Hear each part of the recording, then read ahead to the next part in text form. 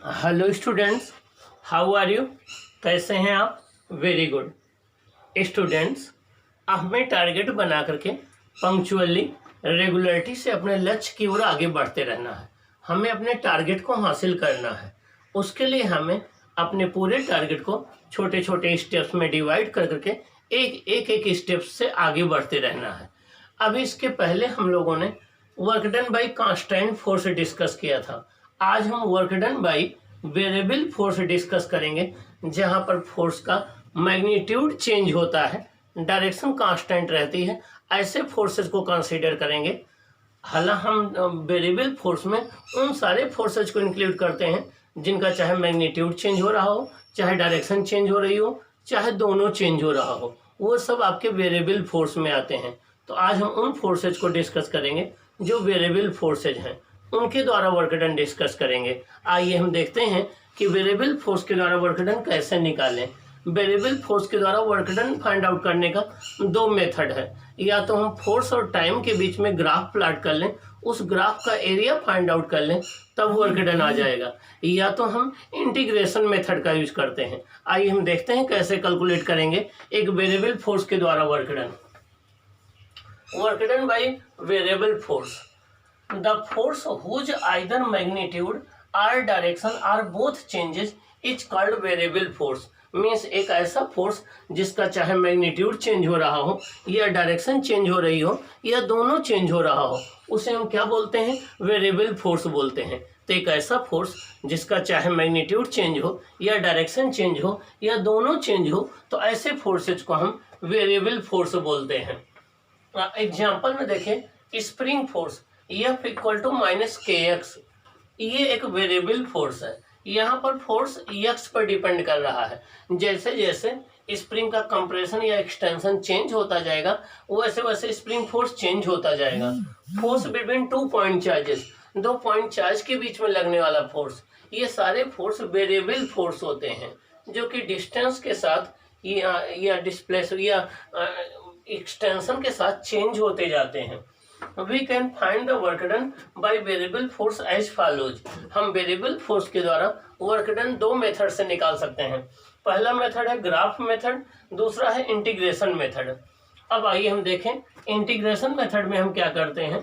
Graph method, F equal to f x be the force acting on a body along x axis. हमने ये consider कर लिया कि कोई एक फोर्स है जो F equal to f x है, जो एक्स एक्सिस के अलॉन्ग एक्ट कर रहा किसी बॉडी पर, और वो बॉडी को डिस्प्लेस कर रहा x i to x initial से लेकर के एक्स फाइनल तक। तो वर्क डन आपका हो जाएगा इस डी एक्स डिस्प्लेसमेंट में वर्क डन हो जाएगा डी डब्ल्यू equal to f into d x. तो इंटीग्रेशन डी डब्ल्यू हो जाएगा एफ डी एक्स। तो यहाँ से डब्ल्यू इक्वल टू हो जाएगा x i to x f d x i to f d x हो जाएगा। मीन्स ये रहा इंटीग्रेशन मेथड। इस मेथड से हम वर्क डन निकाल सकते हैं।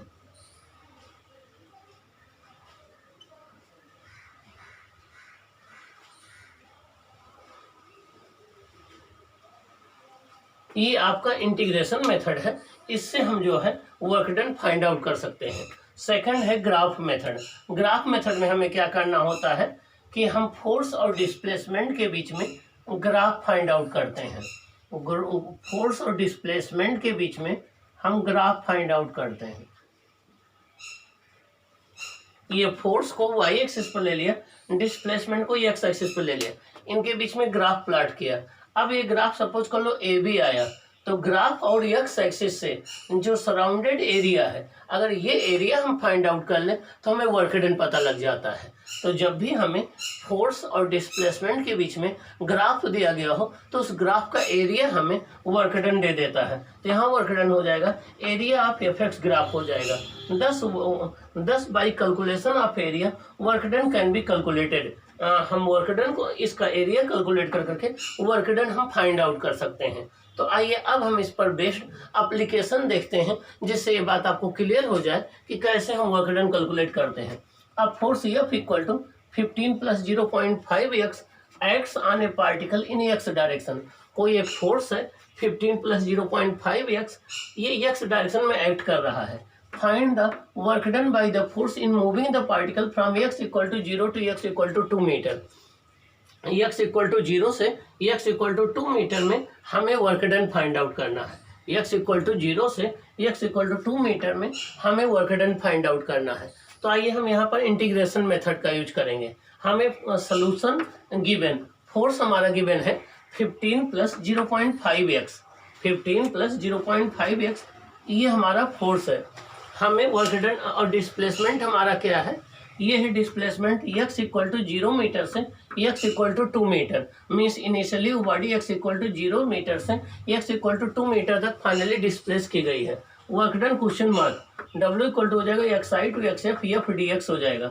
इनिशियल क्या है 0, फाइनल क्या है 2, 15 प्लस 0.5x dx हो जाएगा। तो हो जाएगा 0 टू 2 15 dx हो जाएगा प्लस 0 टू 0.5x dx हो जाएगा। ये आ जाएगा 15, 1 इंटू dx आपका x होता है, तो हो जाएगा 15x और 0.x dx होता है x square upon 2, x dx होता है x स्क्वायर अपॉइंट 2, तो ये आपका हो जाएगा x स्क्वायर अपॉइंट 2 और इसकी लिमिट है 0 से 2। अब हम क्या करते हैं, पहले x के प्लेस पर ये पुट करते हैं, तो हमारा हो जाएगा 15 इंटू 2 प्लस 0.5 इंटू 2 का square upon 2 minus 15 into 0 plus 0.5 into 0 का स्क्वायर अपॉइंट 2, तो हो जाएगा W equal to 13 plus 0.5 into 2, तो हो जाएगा 31 जूल। क्या हो जाएगा 31 जूल, ये 0 हो जाएगा। तो टोटल वर्क डन हमारा आ जाएगा 31 जूल। क्या आ जाएगा, टोटल वर्क डन आ जाएगा 31 जूल। तो जब भी आपको वेरिएबल फोर्स के द्वारा वर्क डन निकालना हो तो वहाँ पर हम या तो इंटीग्रेशन मेथड का यूज़ करते हैं या तो हम ग्राफ मेथड का यूज़ करते हैं। ग्राफ मेथड में अगर हमें फोर्स और डिस्प्लेसमेंट के बीच में ग्राफ दिया गया हो तो हम ग्राफ प्लाट करके उसका एरिया फाइंड आउट करेंगे, विद साइन उसे लेंगे तो हमारा वर्क डन आ जाएगा। और जब हमें फोर्स और डिस्प्लेसमेंट दिया गया हो, फोर्स दिया गया हो, तो या तो इंटीग्रेशन मेथड यूज करते हैं। ओके, अब हम दूसरा एग्जांपल लेंगे, उससे और ये बात आपको क्लियर हो जाएगी कि हम वर्क डन कैसे कैलकुलेट करें। ओके, तो आइए हम नेक्स्ट मेथड देखते हैं।